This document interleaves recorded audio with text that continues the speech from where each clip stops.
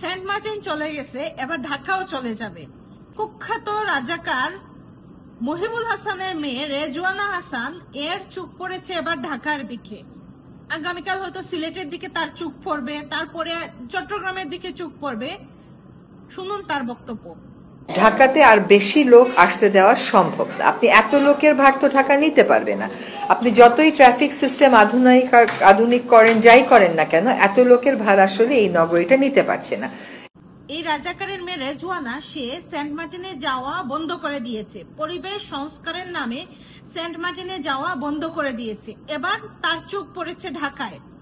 আগামীকাল তার চোখ পড়বে সিলেটে, চট্টগ্রামে এবং প্রতিটা জায়গায়। প্রথমে সেন্ট মার্টিনের দিকে টার্গেট করেছিল, এখন ঢাকার দিকে টার্গেট করেছে। বলতেছে ঢাকায় নাকি মানুষ যাওয়া কমাতে হবে। কেন?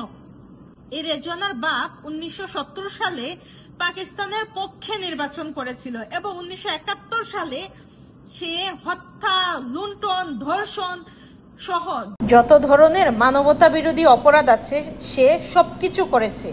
দেশ স্বাধীনের পর এই মহিবুল হাসান আত্মগোপনে চলে যায় এবং 1975 সালে বঙ্গবন্ধুকে হত্যা করার পর সে আবার বের হয়ে আসে।